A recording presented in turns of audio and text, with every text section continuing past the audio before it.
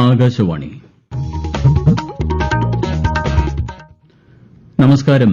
പ്രാദേശിക വാർത്തകൾ വായിക്കുന്നത് ഗോപകുമാർ.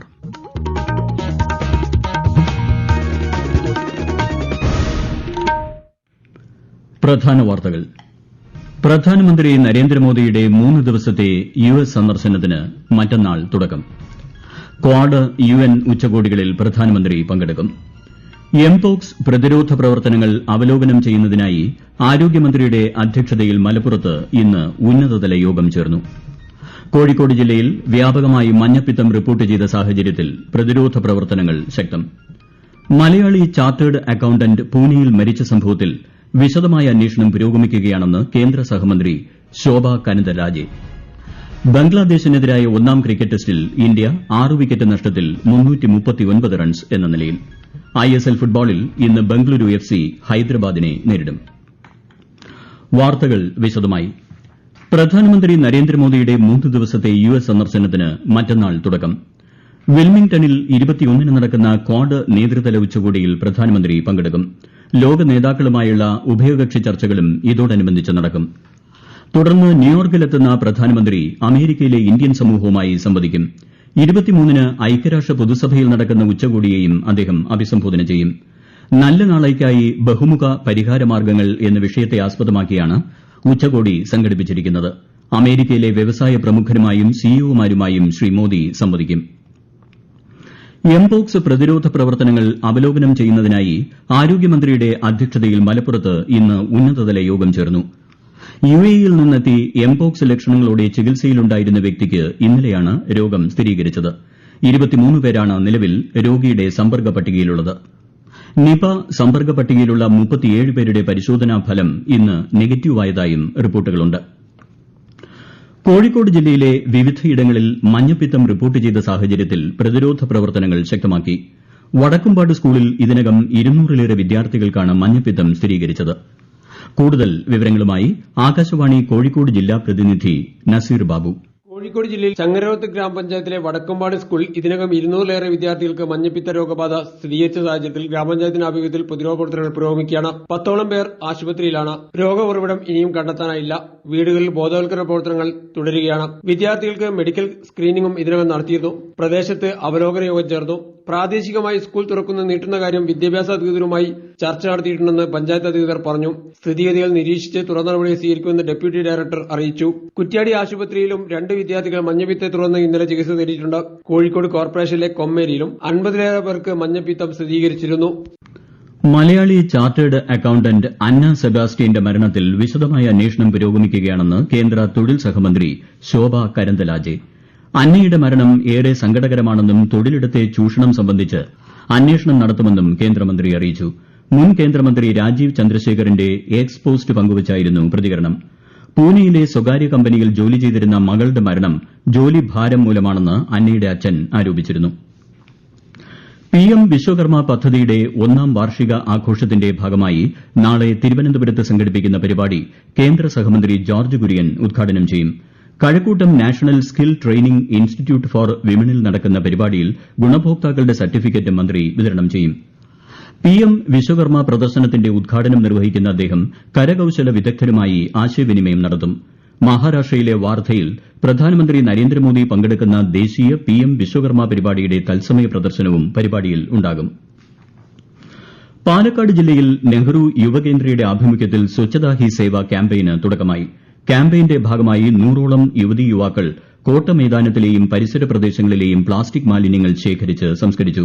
സ്വച്ഛതാ റാലിയും ഇതിന്റെ ഭാഗമായി നടന്നു.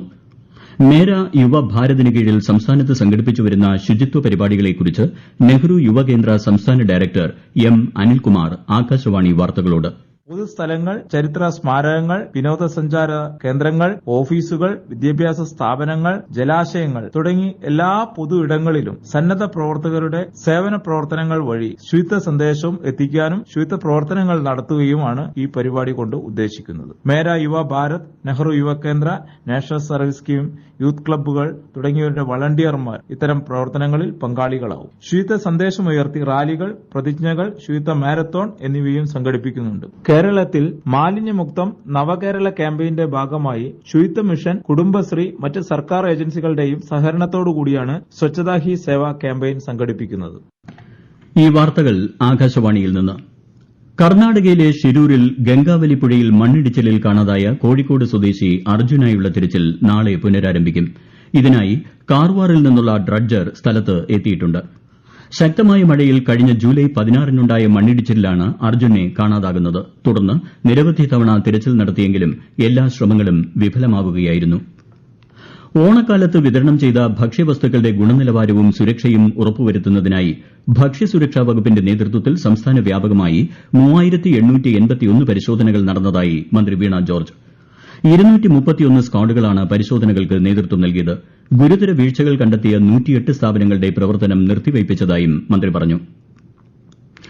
MSF പ്രവർത്തകനായിരുന്ന അരിയിൽ ഷുക്കൂറിന്റെ വധവുമായി ബന്ധപ്പെട്ട് CPM നേതാക്കളായ പി ജയരാജൻ, TV രാജേഷ് എന്നിവർ സമർപ്പിച്ച വിടുതൽ ഹർജി കൊച്ചിയിലെ CBI പ്രത്യേക കോടതി തള്ളി.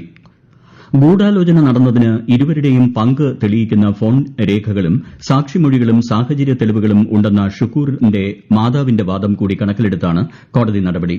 കോടതി വിധിയെ സ്വാഗതം ചെയ്യുന്നതായി മുസ്ലിം ലീഗ്, കോൺഗ്രസ് നേതാക്കൾ പ്രതികരിച്ചു. ആലപ്പുഴ എറണാകുളം സ്വദേശിയായ വയോധിക സുഭദ്രയെ കലവൂരിലെ വാടക വീട്ടിൽ കൊന്ന് കുഴിച്ചുമൂടിയ കേസിലെ പ്രതികളെ തെളിവെടുപ്പിനായി ഈ മാസം 26 വരെ പോലീസ് കസ്റ്റഡിയിൽ വിട്ടു. ഒന്നാം പ്രതി ഷർമിള, ഭർത്താവും രണ്ടാം പ്രതിയുമായ മാത്യൂസ് എന്നിവരെയാണ് കസ്റ്റഡിയിൽ വിട്ടത്.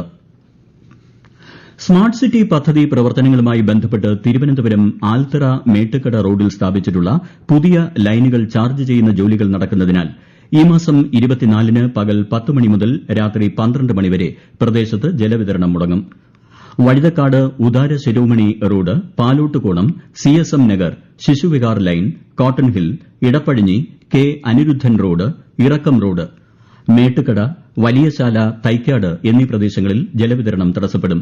ഉപഭോക്താക്കൾ വേണ്ട മുൻകരുതൽ സ്വീകരിക്കണമെന്ന് വാട്ടർ അതോറിറ്റി അഭ്യർത്ഥിച്ചു. ഇന്ത്യ ബംഗ്ലാദേശ് ഒന്നാം ക്രിക്കറ്റ് ടെസ്റ്റിന്റെ ആദ്യ ദിനമായ ഇന്ന് കളി അവസാനിക്കുമ്പോൾ ഇന്ത്യ 6 വിക്കറ്റ് നഷ്ടത്തിൽ 339 റൺസ് എന്ന നിലയിൽ. ഇന്ത്യയ്ക്ക് വേണ്ടി രവിചന്ദ്രൻ അശ്വിൻ സെഞ്ചുറി നേടി. 102 റൺസുമായി അശ്വിനും 86 റൺസുമായി രവീന്ദ്ര ജഡേജയുമാണ് ക്രീസിൽ. ടോസ് നേടിയ ബംഗ്ലാദേശ് ഇന്ത്യയെ ബാറ്റിംഗിന് അയക്കുകയായിരുന്നു. ചെന്നൈ MA ചിദംബരം സ്റ്റേഡിയത്തിലാണ് മത്സരം നടക്കുന്നത്. ISL ഫുട്ബോളിൽ ഇന്ന് ബംഗളൂരു FC ഹൈദരാബാദിനെ നേരിടും.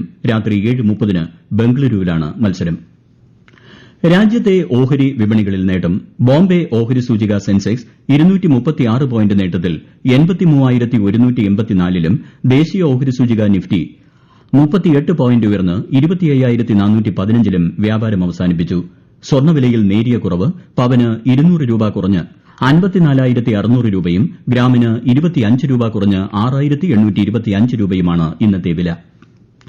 ഇടുക്കി ജലാശയത്തിന്റെ ഭാഗമായ ഇരട്ടയാർ ടണലിന് സമീപത്ത് ഒഴുക്കിൽപ്പെട്ട് കാണാതായ 2 വിദ്യാർത്ഥികളിൽ ഒരാൾ മരിച്ചു. കായംകുളം സ്വദേശി അതുലാണ് മരിച്ചത്. ഒഴുക്കിൽപ്പെട്ട ഒരാൾക്ക് വേണ്ടി തെരച്ചിൽ തുടരുകയാണ്. ആലപ്പുഴ നിയോജക മണ്ഡലത്തിലെ പുന്നമട നെഹ്റു ട്രോഫി പാലം നിർമ്മാണത്തിന് നാളെ തുടക്കമാകും. മന്ത്രി PA മുഹമ്മദ് റിയാസ് നിർമ്മാണ ഉദ്ഘാടനം നിർവഹിക്കും. ആലപ്പുഴ മുനിസിപ്പാലിറ്റിയിലെ പുന്നമട വാർഡിനെയും നെഹ്റു ട്രോഫി വാർഡിനെയും തമ്മിൽ ബന്ധിപ്പിക്കുന്ന പാലം കുട്ടനാടിന്റെ വിനോദസഞ്ചാര സാധ്യതകൾക്ക് പുതിയ മാനം നൽകും. പ്രധാന വാർത്തകൾ വീണ്ടും. പ്രധാനമന്ത്രി നരേന്ദ്രമോദിയുടെ 3 ദിവസത്തെ US സന്ദർശനത്തിന് മറ്റന്നാൾ തുടക്കം. ക്വാഡ് UN ഉച്ചകോടികളിൽ പ്രധാനമന്ത്രി പങ്കെടുക്കും. എംപോക്സ് പ്രതിരോധ പ്രവർത്തനങ്ങൾ അവലോകനം ചെയ്യുന്നതിനായി ആരോഗ്യമന്ത്രിയുടെ അധ്യക്ഷതയിൽ മലപ്പുറത്ത് ഇന്ന് ഉന്നതതല യോഗം ചേർന്നു. കോഴിക്കോട് ജില്ലയിൽ വ്യാപകമായി മഞ്ഞപ്പിത്തം റിപ്പോർട്ട് ചെയ്ത സാഹചര്യത്തിൽ പ്രതിരോധ പ്രവർത്തനങ്ങൾ ശക്തം. മലയാളി ചാർട്ടേഡ് അക്കൌണ്ടന്റ് പൂനെയിൽ മരിച്ച സംഭവത്തിൽ വിശദമായ അന്വേഷണം പുരോഗമിക്കുകയാണെന്ന് കേന്ദ്ര സഹമന്ത്രി ശോഭ കരന്തലാജെ. ബംഗ്ലാദേശിനെതിരായ ഒന്നാം ക്രിക്കറ്റ് ടെസ്റ്റിൽ ഇന്ത്യ 6 വിക്കറ്റ് നഷ്ടത്തിൽ 339 റൺസ് എന്ന നിലയിൽ. ISL ഫുട്ബോളിൽ ഇന്ന് ബംഗളൂരു FC ഹൈദരാബാദിനെ നേരിടും. പ്രാദേശിക വാർത്തകൾ കഴിഞ്ഞു. അടുത്ത വാർത്താ പ്രക്ഷേപണം രാത്രി 7:25-ന്.